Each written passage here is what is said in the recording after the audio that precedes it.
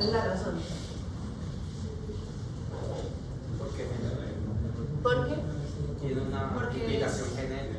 Y porque es una Más respuesta genética. retardada.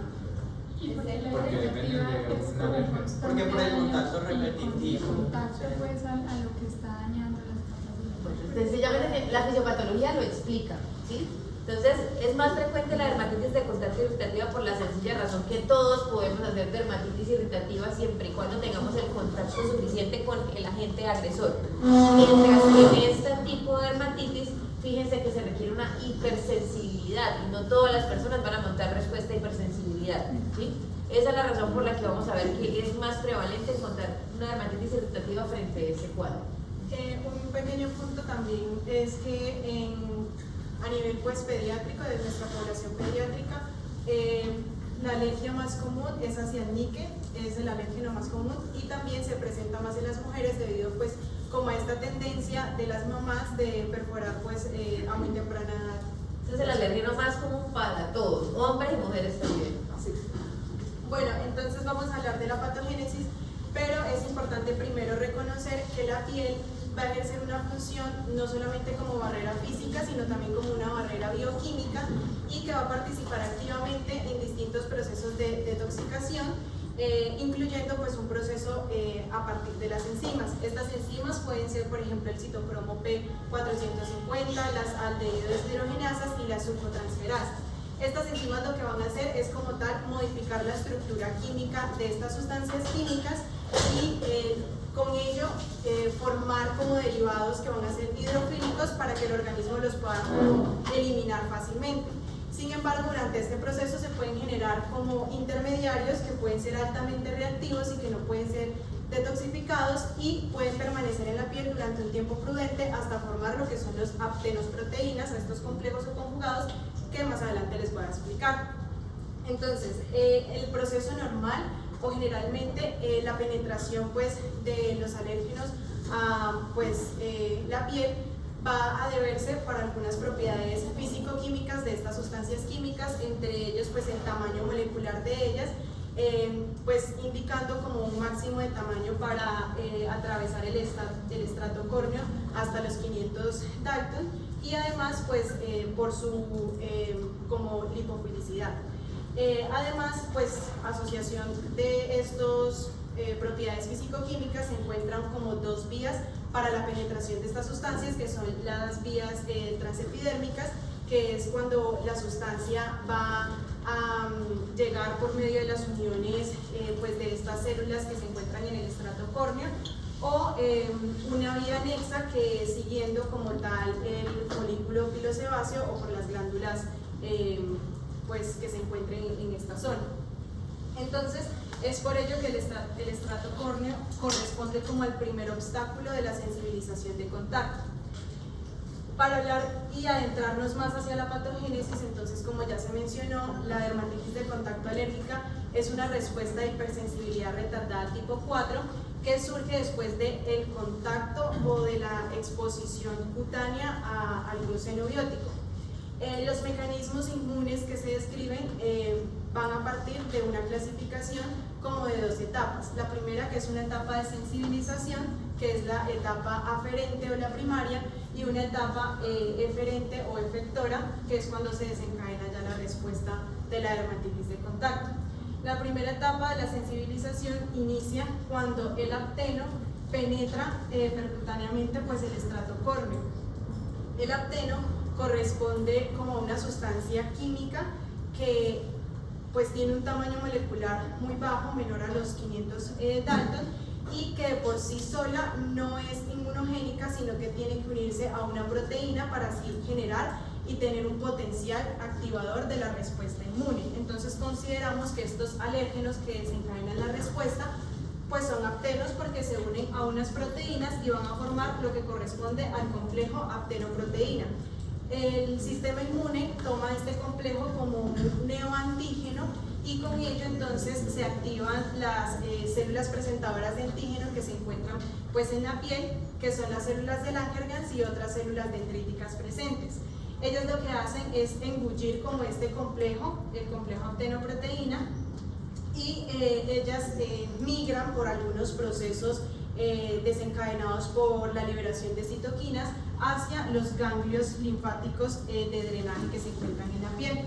Es allí donde estas células presentadoras de antígeno junto con el complejo ya embullido pues van a madurar y a su vez van a facilitar que los linfocitos de Naive pues se diferencien en los linfocitos T citotóxicos y los linfocitos de helper o vectores helper 1. Con ello entonces pues la respuesta a una próxima reexposición o contacto va a desencadenar la respuesta de los linfocitos T específicos del antígeno asociado a los neutrófilos, macrófagos y células de la piel pues que estén residentes. Entonces, tras la exposición de la piel se va a provocar esa liberación de múltiples citoquinas y factores quimiotácticos. Esta pues imagen es de este artículo, pero pues estas dos imágenes sí son de la revista de la Asociación Colombiana de Dermatología y Cirugía Plástica, que muestran de pronto como un poquito más a detalle los procesos químicos como de esta zona. Entonces, como ampliándonos un poco, como les comenté, la célula dendrítica, o bueno, la célula de Langerhans, al reunir pues este complejo actinoproteína, tiene que migrar, pero para poder migrar necesita como la expresión de ciertas moléculas, donde se da un aumento del Cianyl Lewis X, que corresponde como tal a una selectina que va a estar aumentada en los procesos alérgicos, y también va a haber un aumento del ELAM1, que es la caterina, que va a ser la E-selectina, que también es una molécula de adhesión endotelial leucocitaria, que es la que me va a dar pues esta respuesta inflamatoria para la consecuente migración del ganglio linfático, y tenemos una disminución de la E-caderina, que esta pues va a ser una molécula de adhesión para los queratinocitos. Una vez pues se produzcan como estas señales, la célula de Langerhans puede atravesar o pues puede viajar hacia el vaso linfático y pues allí es donde se van a madurar. Es por esto que en la fase de pues, sensibilización se va a conocer como una dermatitis de contacto alérgica primaria leve o sin importancia clínica. En este momento no vamos a tener las manifestaciones clínicas, pero ya es acá cuando se desencadena la respuesta, que tenemos la exposición del nuevo alérgeno y vamos a tener pues la respuesta del sistema inmune agresiva y rápida a partir pues de factor de necrosis tumoral alfa y algunas otras interleucinas. Es aquí donde se va a producir las manifestaciones clínicas 72 horas después de pues, el contacto con el alérgeno. ¿Qué pasa cuando ya tienes memoria? Ya tienes unos linfocitos que están preparados para generar la respuesta inmunológica. ¿Cuánto se demorará ese segundo o tercero o posterior evento de exposición? Ya el tiempo se reduce y puede llegar incluso hasta las 12 horas. O hasta menos, hasta 6 horas. Es decir, ese primer contacto con el alergeno, como todavía no lo conozco, tarda hasta 3 días o más en que se haga una respuesta inflamatoria a nivel de la piel. Pero cuando ya conozco el alergeno, eso lo voy a desencadenar más rápidamente. El ejemplo típico es, me pongo los aretes de níquel la primera vez y me los aguanto varios días, bien, pero con el tiempo que va a pasar, cuando ya me los coloco, veo que rápidamente empieza a generar prurito de una vez en la zona afectada, ¿sí? Para que lo tengan presente. Ahí ya hay sensibilización y por eso la respuesta es mucho más rápida. Algo para agregar es que en este artículo, que pues es interesante, es de la inmunidad innata de la dermatitis de contacto. Entonces ella nos muestra como tal la teoría del daño, dado que primero se conoce que es el complejo actinoproteína, que en realidad pues sí es un inductor de la respuesta inmune, pero también está la teoría del daño, y es que este acteno va a producir radicales de oxígeno, y estos radicales de oxígeno van a activar lo que es como este patrón molecular frente al daño, que se va a unir como a unos receptores TOL y NOT-like, y estos sí son los que me van a producir como toda esta cascada de citoquinas que me producen como tal estas manifestaciones clínicas. Muy bien. ¿Hasta acá hay preguntas? Esta parte podemos pasarla, no me interesa tanto. Me interesa ahorita que entendamos un poco la expresión clínica porque es variable, ¿sí? ¿Hasta acá hay preguntas o vamos bien? Entonces, ¿cómo podemos dividir? Yo te ayudo en ese pedazo de con la clínica.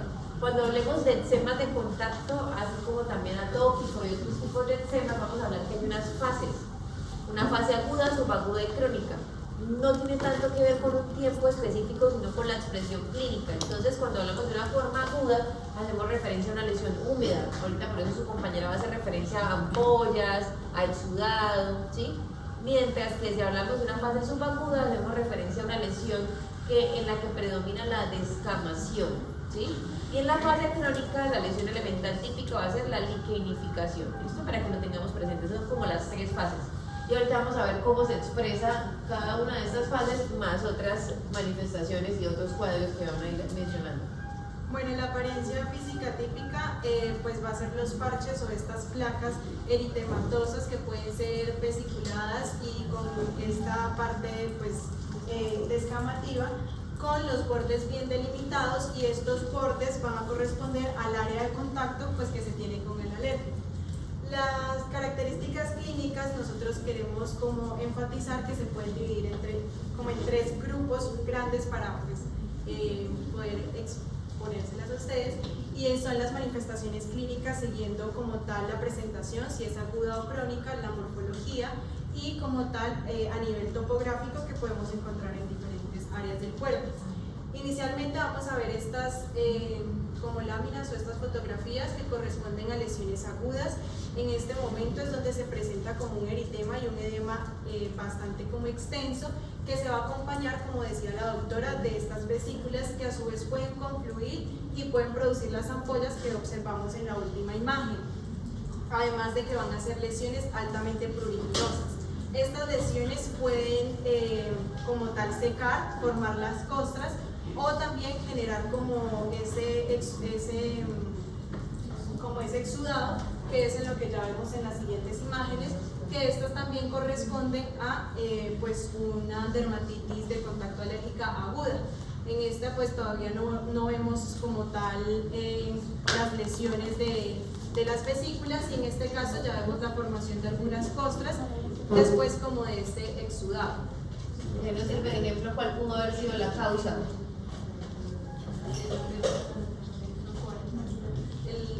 En estas las perforaciones también pueden ser. Pero mira que el compromiso a nivel de los párpados también, ¿no? Los cosméticos.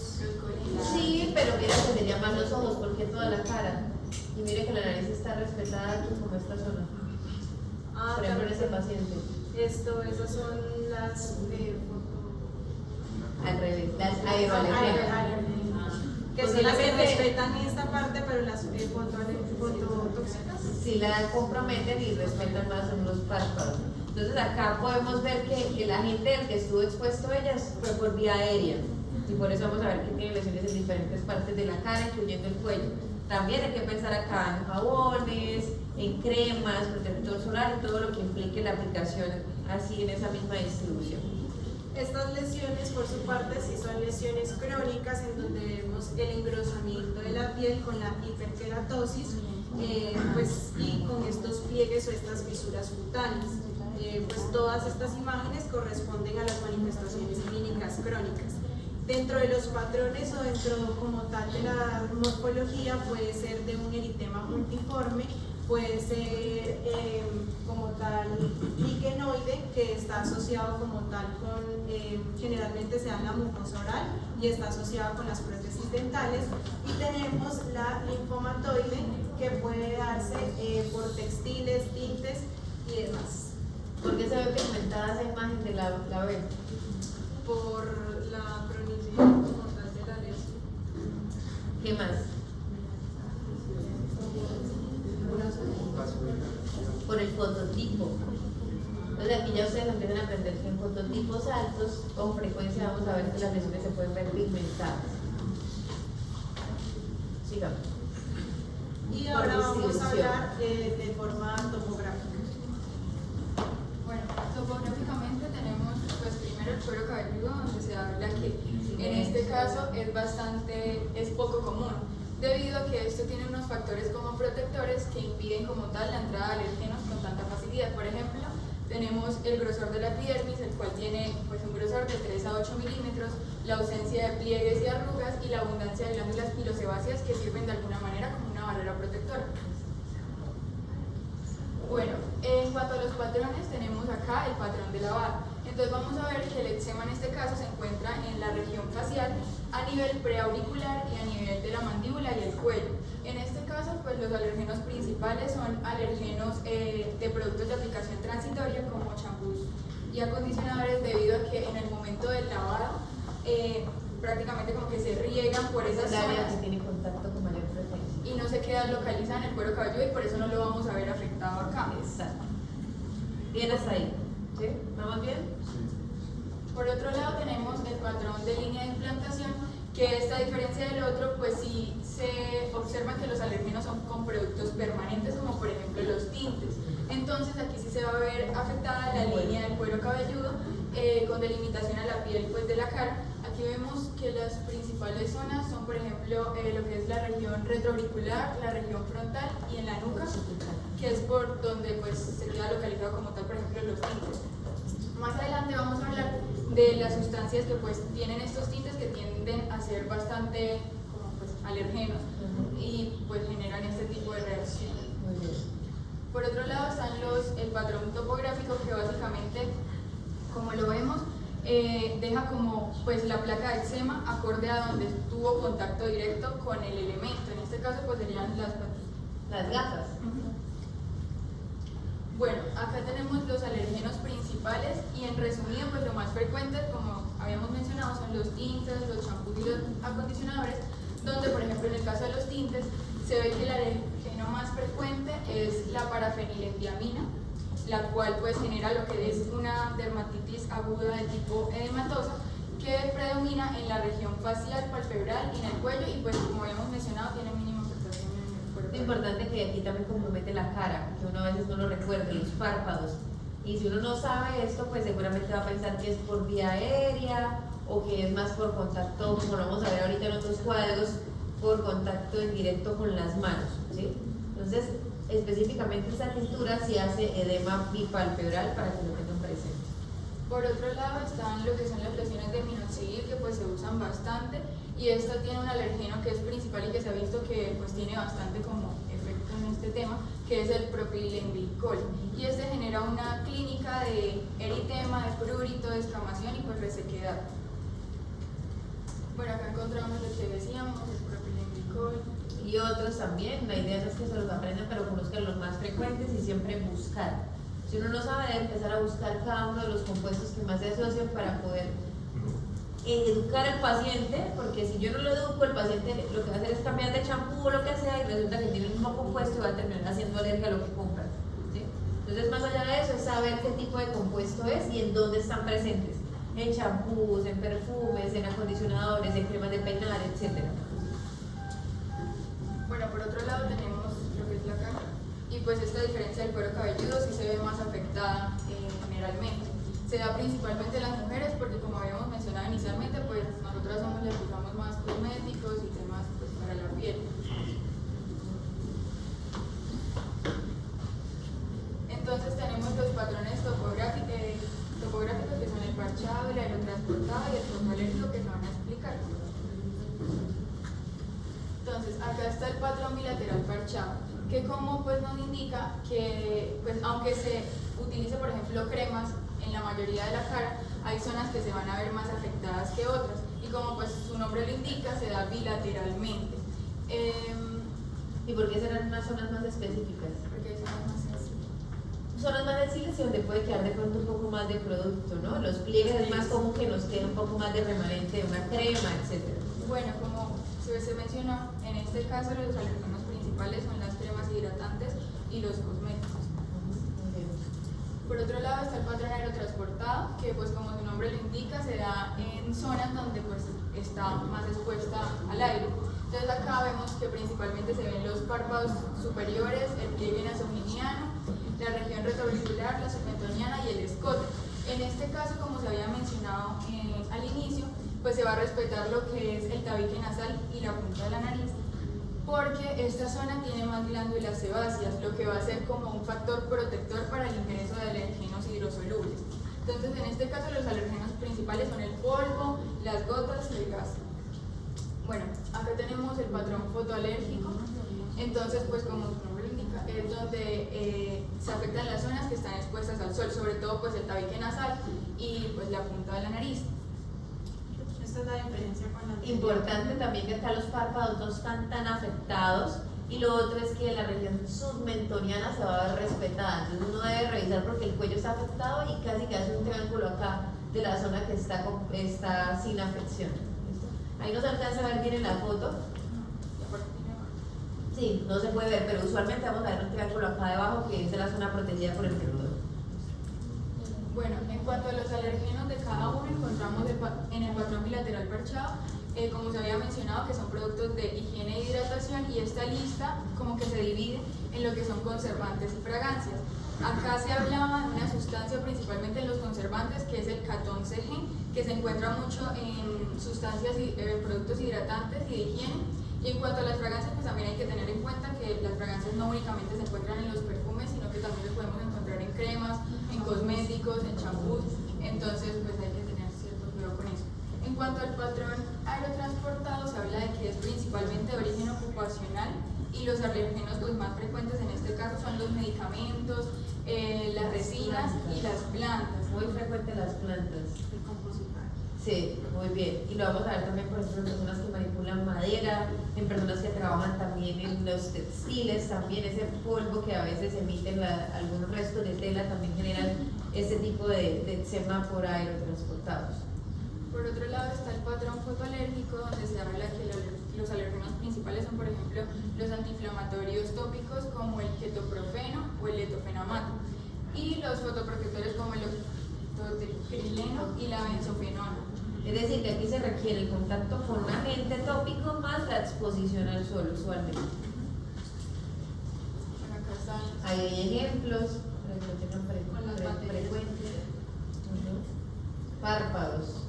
Bueno, en cuanto al párpado, se habla de que estos síntomas normalmente suelen ser muy inespecíficos, como por ejemplo el prurito, el edema y el dolor. Por lo tanto, hay que hacer un diagnóstico diferencial bastante exhaustivo para poderlo diferenciar de los diferentes tipos de dermatitis, como por ejemplo la seborreica, la dermatomiositis, la dermatitis atópica, la rosácea, la conjuntivitis y lo que es la psoriasis, ya que pues tienen una clínica muy similar. Entonces acá tenemos los patrones, que está el patrón de goteo, de contorno y el palpebral unilateral. El palpebral unilateral no vamos a hacer como tanta relevancia en este porque suele ser bastante inespecífico y generalmente se le atribuye, por ejemplo, a colocar las manos en la cara. Entonces, usualmente cuando es un solo párpado es porque tiene que ver con contacto con una mano que está, digamos, contaminada con el alergeno, ¿sí? Por ejemplo, níquel. Entonces coge los materiales o coge monedas, lo que sea, y luego se pasa las manos a la cara. Usualmente es un párpado el que está comprometido. Bueno, mascotas eventualmente también pudieran ser otra causa. Bueno, acá observamos lo que es el patrón de goteo y el de contorno. En cuanto al patrón de goteo, se habla de que compromete principalmente los párpados inferiores, pero pues también se puede ver un compromiso del párpado superior. Este es el Silencio, yo sé que están cansados, pero hagamos un esfuerzo, que sus compañeras revisaron muy bien el tema para que lo entiendan, y ya queda visto eso. Este es el 15 de minutos más y ya. se le atribuye principalmente a los colirios oftálmicos, que son pues las gotas, debido a que lo mismo que pasa con los champús y los acondicionadores tienden a regarse por esta zona y pueden generar reacciones alérgicas. Por otro lado está el patrón de contorno, que es este que vemos acá y es más atribuido se puede comprometer principalmente los párpados superiores, es como diferente. La diferencia del goteo, sí. Pero también puede comprometer pues, los párpados inferiores. En este caso se le atribuye principalmente a productos de hidratación o a sombras, pestañinas, que pueden contener también níquel, por ejemplo. Muy bien, sí. Los mecanismos en este caso, al igual que en la región facial, pueden ser directos, indirectos o transportados. En el caso del directo, volvemos a hablar de los conservantes y fragancias. En este caso se hace un énfasis en el níquel porque pues este se encuentra en sombras, pestañinas, también se puede encontrar en los enchilladores de pestañas y pues suele generar este tipo de alergia. Por otro lado, en el caso de los colirios oftálmicos, estos tienen unos conservantes principales que son dos, el benzalconio y el tiomersal, que son los que generan este tipo de reacción alérgica en la zona pues, del párpado inferior. Por otro lado está el indirecto, que sería, los alergenos pertenecientes serían por ejemplo la resina, que es la que se usa en el esmalte de uñas, los acrilatos que se utilizan en el pegamento pues, de las uñas también, y los metacrilatos que se utilizan como en las uñas postizas. Por otro lado está el tema del oro. Hablaban de que el oro, al entrar en contacto con ciertas partículas, como por ejemplo el dióxido de titanio que se encuentra en los fotoprotectores, puede generar una liberación de iones y eso me genera pues la reacción alérgica. Y pues el último es el aerotransportante. Ya lo hablamos, sí. Bueno, en cuanto a las manos, tenemos que el principal factor de riesgo corresponde prácticamente a la humedad y en este caso lo que se da es una maceración del estrato córneo, lo que termina generando un daño de la barrera cutánea. Entonces acá vamos a ver. Bueno, acá son algunos patrones que encontramos en la dermatitis de contacto alérgica en las manos y pues básicamente como que su nombre también nos indica qué tipo de alérgeno puede ser. Tenemos el agarre de pinzas, el agarre palmar, el delantal, el anillo, el periungueal y en guantes. Entonces ahora vamos a ver las imágenes como verdaderas de nuestras fotos en patrón. Entonces tenemos el agarre palmar, el agarre delantal, el anillo, pues que delimita como tal toda la zona del anillo, en guante y la periungueal que pues está asociada sobre todo con los esmaltes. Los alérgenos entonces en este caso son asociados como a estos ocupaciones, entonces se indica sobre todo aquellos que tienen contacto con los alimentos. Por ejemplo, en el ajo se encuentra el disulfuro de alilo que me puede ocasionar pues como estas placas eritematosas. En las peluquerías se utilizan los tintes, como ya lo había mencionado mi compañera. El alérgeno más frecuente pues es la parafenilendiamina, los trabajadores de construcción con el cromo, las personas de aseo y los trabajadores de salud con el formaldehído. Y pues acá también está la tabla mostrándonos en dónde se encuentran estos alérgenos y en todo lo que podemos pensar. Igual pues más de esto. Bueno, en cuanto a los diagnósticos diferenciales, se habla de que pues, se debe hacer diagnóstico diferencial con los distintos tipos de dermatitis que ya conocemos, como la dermatitis seborreica, la dermatitis atópica por éstasis y pues lo que es la rosácea de tipo eritematoso. Es importante que si este tipo de dermatitis de contacto de tipo alérgica se da en las manos y en los pies, se debe hacer también un diagnóstico diferencial con lo que es la tiña y la psoriasis, que se comporta pues con un patrón muy similar. Bueno, acá tenemos la prueba del parche. Ahí de pronto faltó creo que faltaría la del dorso y la de los pies. Que también se encuentran como los mismos patrones y Patrón están en asociados, por ejemplo, calzado. calzado de las medias, entonces también está sobre la zona, o sea, como la planta de los pies o con la ropa en la parte del tronco. La ropa ajustada, el patrón en llaves, cuando tenemos níquel, por ejemplo, en contacto en el muslo o en el área del cinturón. Revisen el artículo que es muy bonito y les dice por zonas qué cosas sospechar. En qué tipo primero en qué alérgeno es y en dónde lo van a encontrar, ¿sí? Si en materiales como textiles, o en correas, o en llaves, o en monedas, o algunos productos de uso tópico, ¿sí? En los zapatos, por ejemplo, si debemos pensar en pegantes, si debemos pensar en las tinturas o en el material mismo del calzado, ¿sí? Entonces revísenlo y que ahí les muestren incluso las fotos de cómo se ven. Si se fijan, la mayoría de pacientes que tienen dermatitis de contacto alérgica casi que tienen la forma de la gente que lo causa. Eso es algo que ayuda a hacer el diagnóstico, sobre todo en fase aguda, cosa que no pasa en la fase crónica, en donde se parecen las dos entidades, porque ya se modifica la lesión y vamos a ver que el engrosamiento hace que se pierda un poco la forma de la misma. Bueno, en cuanto a la prueba del parche, pues es una prueba que se realiza para detectar cuál es la sustancia que me está generando esta reacción alérgica. Entonces, acá tenemos como estos parchecitos que se llaman cámaras, donde se van a ubicar pues, los alergenos y se van a pues, situar en la parte de la espalda. Pero en caso de que hayan lesiones, como por ejemplo acné, eczema, que hayan quemaduras o que el paciente tenga tatuajes, se puede hacer en la parte interna de los brazos. Acá hay unas precauciones que se... Es decir, les pregunto, ¿es necesario hacer prueba de parche para hacer diagnóstico de dermatitis de contacto o en qué pacientes vamos a indicar? En que tengan variedad de riesgo alérgicos.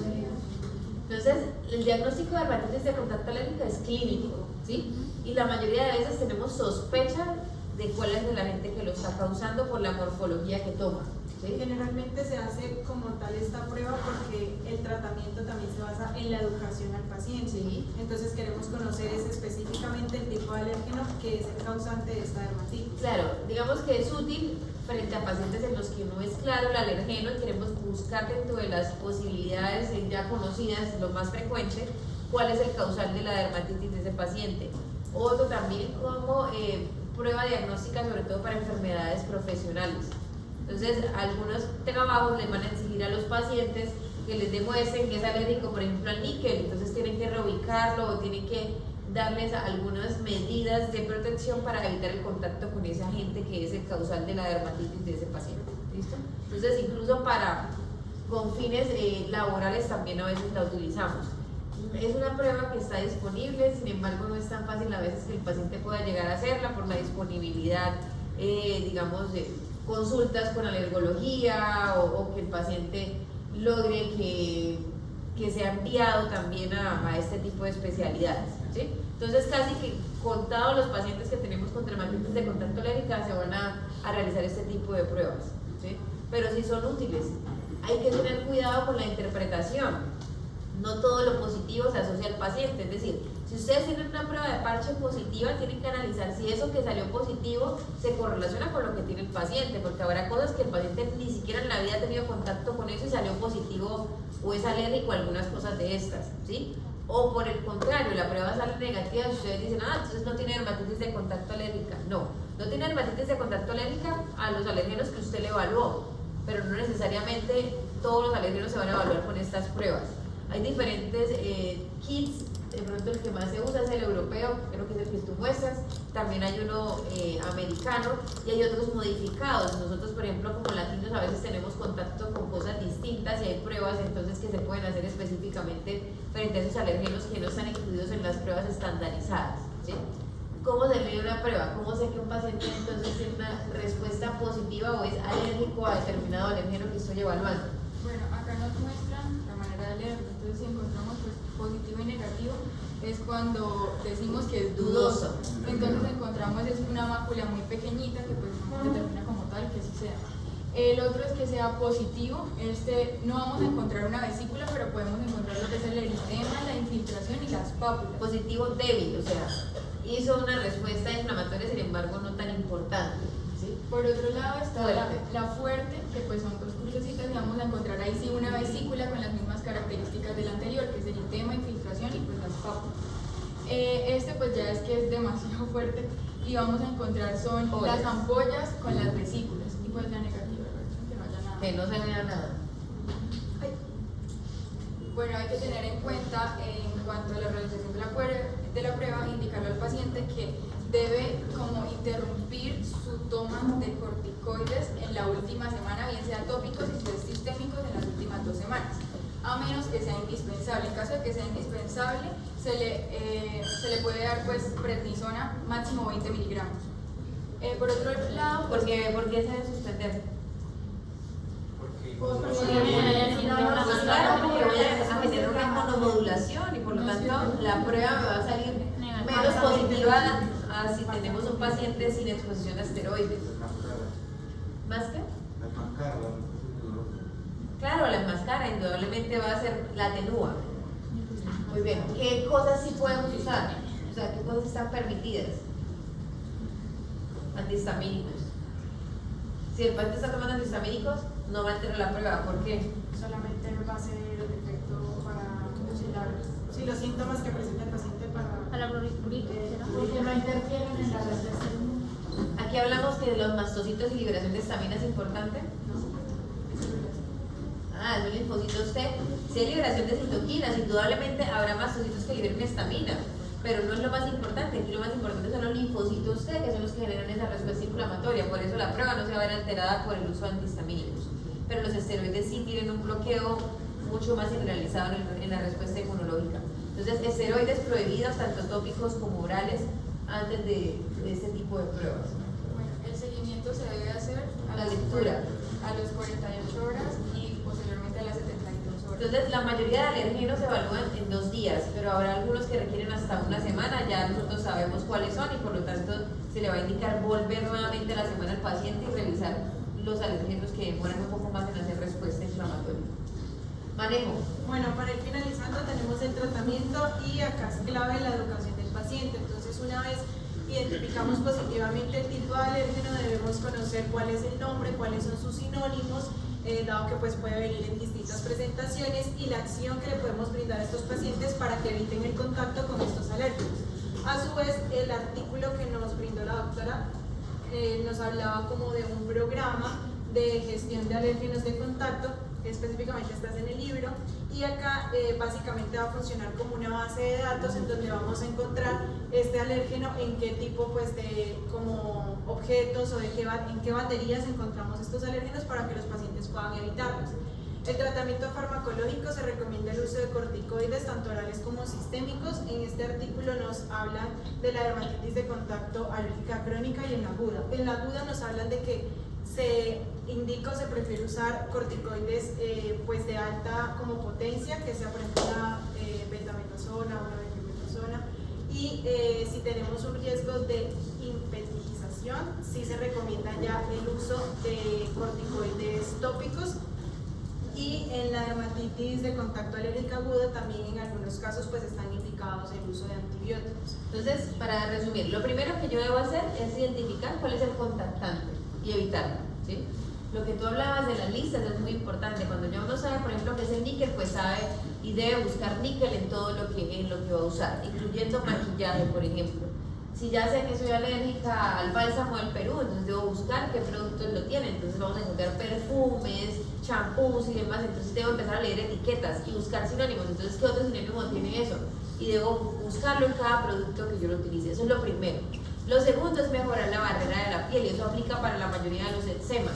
Si yo no mejoro la barrera de la piel, que su compañera muy ampliamente lo explicó al principio en la fisiopatología, va a ser mucho más fácil que los alérgenos penetren. Entonces usen hidratación de la piel para recuperar esa barrera. Siempre prefieran cremas blancas sin olor, ¿sí? ¿Por qué? Porque así me evito los perfumes y los colorantes que también pueden generar dermatitis de contacto alérgica, ¿sí? Ahora, el manejo como tal del eczema depende. Si estamos en una forma aguda, por ejemplo, con lesiones vesiculares, ampollares, debo ayudar a secar esas lesiones antes de aplicar la hidratación. Entonces podemos utilizar soluciones como por ejemplo gasas húmedas, solas, o por ejemplo con compresas frías que incluso también generan alivio. ¿Qué otras cosas podemos utilizar para secar? Los geles o estos antisépticos. Bueno, eso ayudan a desinfectar, pero ¿qué otras soluciones utilizamos? Y ustedes lo han visto muchísimo utilizar seguramente para secar lesiones. Escaladriques. Eso es escalamina, es para el perrito. Uy, no me voy a poner el isodino de la dermatitis, por favor. Yodo genera alergia. No le pongas. Uy, eso le va a producir una quemadura, una dermatitis irritativa, pero importante. ¿Qué contiene el domeoro?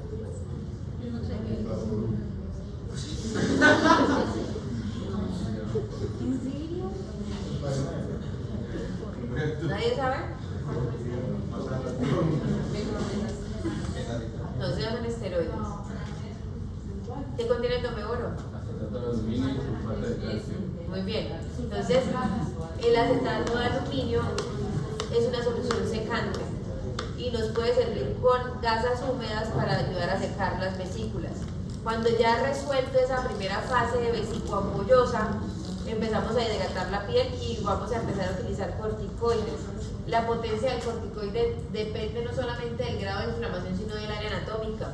Por más inflamación severa que tengan en la cara, jamás me van a utilizar un corticoide de alta potencia. Es lo primero que quiero que aprendan. No quiero ver utilizando clobetasol en la cara, por favor. ¿Listo? Lo veo todo el tiempo. Entonces, por favor, nada de clobetasol en la cara. Si estamos en una zona, por ejemplo, como pliegues, como cara, ¿sí? Prefieran un esteroide de baja potencia. Por ejemplo, la hidrocortisona es un medicamento muy seguro en esa zona. Si estamos en una zona, por ejemplo, en la región plantar, en la espalda, donde la piel es más gruesa y la inflamación es intensa, podemos utilizar un clobetasol, una betametasona dipropionato, por ejemplo, una lobetasol. Pero eso depende del grado de inflamación, ustedes van a decidir, y de la zona anatómica. ¿Cuánto tiempo? El esteroide, por favor, no lo usen tanto tiempo. Una crisis usualmente demora 1 a 2 semanas, que es el tiempo que uno demora en dejar el esteroide, y luego empieza a bajar la aplicación hasta retirarlo, ¿sí? Recuerden que pueden hacer rebote, por lo tanto, por eso hay que bajarlo de manera progresiva, incluyendo el tópico. Y preferiblemente solo. No quiero ver formulando triconjugados a ninguno de ustedes cuando sean médicos generales, porque borran dermatología de la cabeza completamente. Y lo más fácil antes de analizar qué tiene el paciente, le ponen un triconjugado, porque como tiene un antimicótico, tiene un antibacteriano y tiene también un antiinflamatorio, eso les pega a todos, entonces ustedes son felices formulando. ¿Por qué no deben hacer eso? Primero porque es que vamos a empezar a generar resistencia, ¿sí? Y segundo, porque resulta que, no lo mencionamos acá, pero resulta que los antibióticos tópicos, hay dos especiales que tengan los triconjugados que hacen parte del top 10 de los alergenos, que son la bacitracina y la neomicina. Entonces mucho cuidado con el uso de esos triconjugados porque van a generar ese tipo de dermatitis de contacto alérgica. Es el que tiene cremas como la de Masqui. Por ejemplo, que espero no utilicen ustedes. ¿Listo? Entonces, terapias dirigidas. Yo sé que es un eczema de contacto, pues le pongo esteroides. Ahora, si hay una hipertiginización, como estaba mencionando, listo, le puedo añadir una mupirocina, por ejemplo, un ácido mucídico. Pero son casos puntuales, la mayoría solo se van a beneficiar de esteroides. En la fase crónica también podemos utilizarlos. Casos fortuitos, lesiones de pronto muy extensas, van a requerir muy rara vez corticoides orales o otro tipo de terapias, como por ejemplo la fototerapia, pero son casos fortuitos, ¿sí? La mayoría de casos se van a poder manejar de forma local, evitando el contactante y mejorando la barrera de la piel. ¿Listo? Ah, bueno, hay otras imágenes, por ejemplo, si quieres vamos mirando las imágenes para que... Bueno, la aerotransportada ya la hablamos, Y acá pues de la gente más y vamos a parar ahí. ¿Preguntas? Yo sé que están cansados, vamos a dejar hasta acá. La otra semana vamos a ver dermatitis de contacto irritativa.